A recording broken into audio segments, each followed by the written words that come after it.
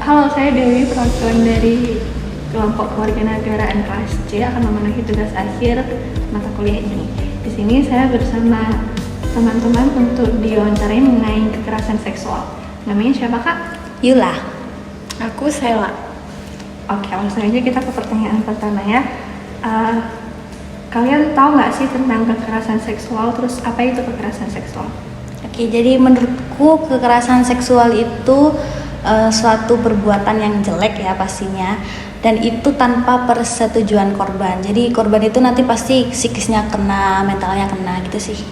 Ya, menurut aku kekerasan seksual itu juga kegiatan yang dilakukan oleh sepihak dan nafsu seseorang yang benar-benar merugikan korbannya.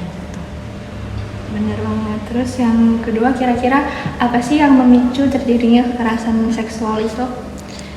Pertama, kalau menurut aku tuh kekerasan seksual tuh pasti kurangnya edukasi seksual di pelaku sih menurutku. Terus bisa jadi emang karena orangnya yang punya gangguan mental mungkin, terus ada penyalahgunaan kekuasaan, itu sih.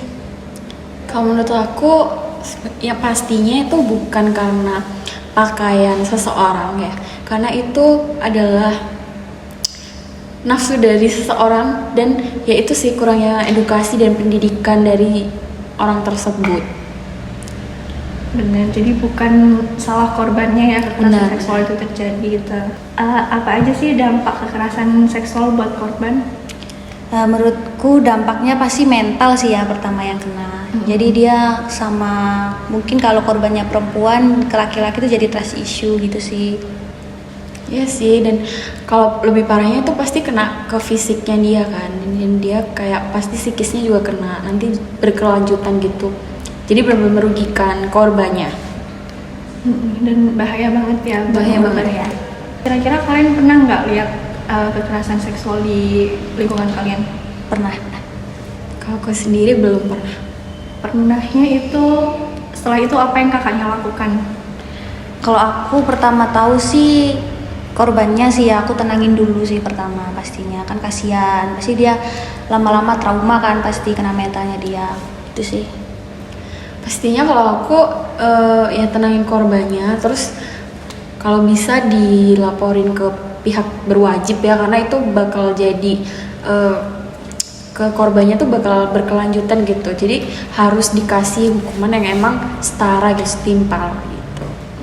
Terus kira-kira hukuman yang tepat buat pelaku kekerasan seksual ini apa? Kalian tahu nggak?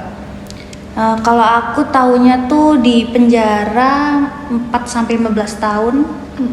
Terus ada pasal berapa tadi? 789 itu bisa dikenakan denda sampai 500 juta. Itu sih setauku. Benar, tapi menurut kalian setimpal nggak sih sama apa yang dialami sama korban? Enggak sih. Enggak.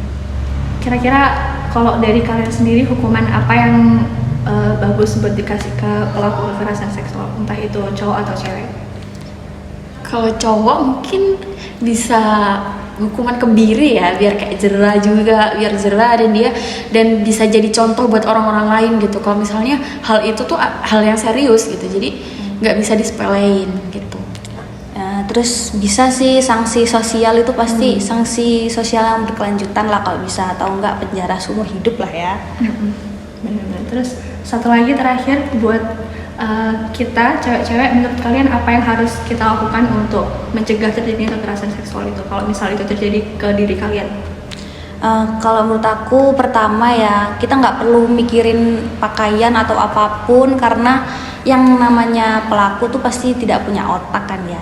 Kalau menurut kita sih lebih ke menjaga perilaku sama omongan kita aja sih, biar nggak orang itu makin terpancing itu sih. Ya benar. Kalau menurut aku juga pergaulan kita juga penting ya. Jadi karena orang di luar sana tuh nggak ada yang tahu gitu loh pikirannya kayak gimana. Jadi lebih baik kita memilah-milih dulu gitu orang yang mau kita temuin itu seperti apa, dan orang yang emang harus kita was-was gitu sama dia tuh seperti apa gitu. Ya. Oke, terima kasih ya Kak untuk wawancara singkatnya mengenai kekerasan seksual ini. Buat teman-teman dimanapun kalian berada, tetap harus menjaga ucapan dan perilaku kepada siapapun, entah kalian perempuan atau laki-laki, karena kita nggak ada yang tahu pandangan orang terhadap kita itu nggak selalu baik gitu loh, jadi nggak ada yang tahu masa depan kayak gimana gitu. Terima kasih. Ya, sama-sama. Saya Kesha Yunda ingin memberi kesimpulan dari video wawancara tersebut. Kekerasan seksual bisa terjadi kapanpun dan dimanapun, siapapun korbannya, mau perempuan maupun laki-laki. Kita sebagai manusia yang memiliki harga diri, tetap harus menjaga diri dan tidak merendah untuk siapapun. Seharusnya sanksi pidana yang diberikan oleh pelaku dari pelecehan seksual tersebut dikali 2 alias 2 kali lipat. Karena sanksi yang tidak setara dengan apa yang dialami oleh korban tersebut. Kita sebagai manusia yang bermoral harus lebih peduli terhadap diri kita sendiri dan lingkungan kita. Tetap menjaga perilaku dan perbuatan dimanapun kalian berada ya. Jika kalian melihat ada yang melakukan kekerasan seksual, segera laporkan ke pihak berwajib dan melindungi korban. Terima kasih, bye-bye.